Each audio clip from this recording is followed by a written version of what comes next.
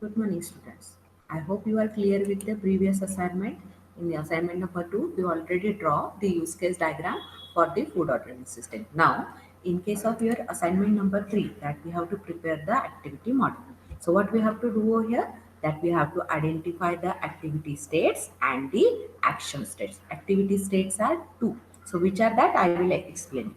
Similarly, that we have to draw the activity diagram for any system. So similarly, we will proceed with our same point, that is food ordering system. For that, we will going to draw the activity diagram. Now, the two new concepts that we have to study today is the activity states. There are two activity states are included under the activity diagram: precondition and the post condition.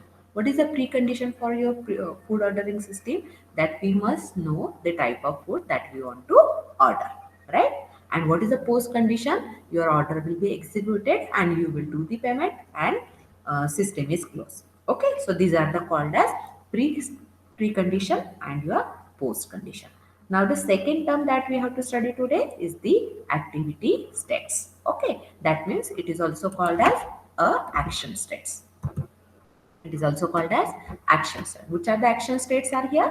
That is identify the food order, prepare food order, serve food order, generate bill for your food order, and do the payment. So this task we have to execute by using the activity diagram. Now let us see how to draw the activity diagram. So in last lecture we already drawn this use case diagram. Okay. Now today we have to add the new diagram. So click on the model, then add diagram and choose the activity diagram over here.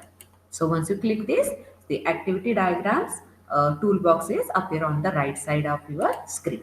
Okay. So what we have to do, that we have to draw the activity diagram for your system. So how to draw? The first and the most important point that we have to study is the initial node. Once you click on this node, then your actually implementation is start. So what are the different actions are executed with your food ordering system? The first action that we have to execute here, that identify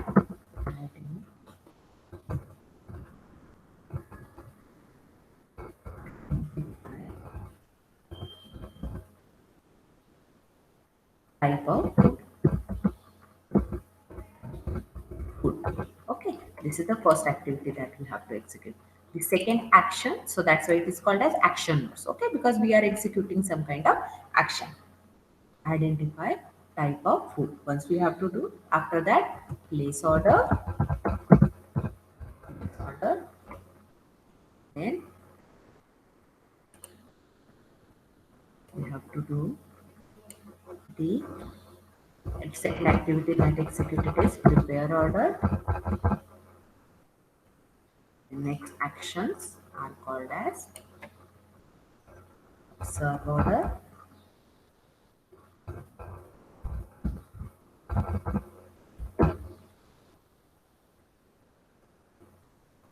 Next action that we have to execute here, the generate bill.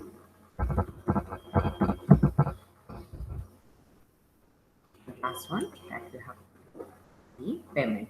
So is called as this is called as the use of action nodes. So these all are the action nodes. Now, last thing that we have to do is to exit your system. So for that we are using this exit symbol, right? Next, we have to define the transitions in between them. If you want to add the decision box, you may add over here. The two new concepts that are defined here, fork. Fork means the single input and multiple output. If you have a condition like this one, so you may use that is single input and multiple output. For example, in case of your identify food item, it may be a veg or non-veg. So we may write down here one of the activity here, that is veg. Second actions to be executed as non-veg.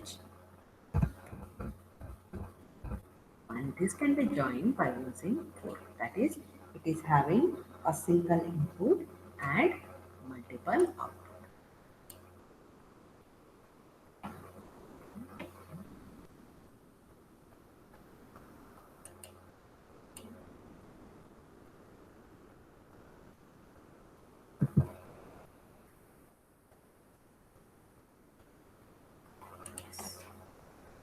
we will show the relationship about this.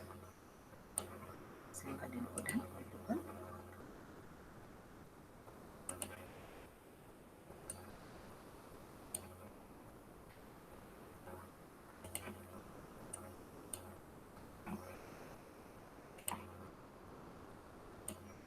Okay. So whenever you request, you may add it. If you don't want to add, you may delete it also. Okay. It's totally depend on the situation.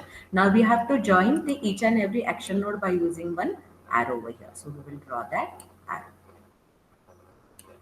So likewise, we have to define the relationships. Okay.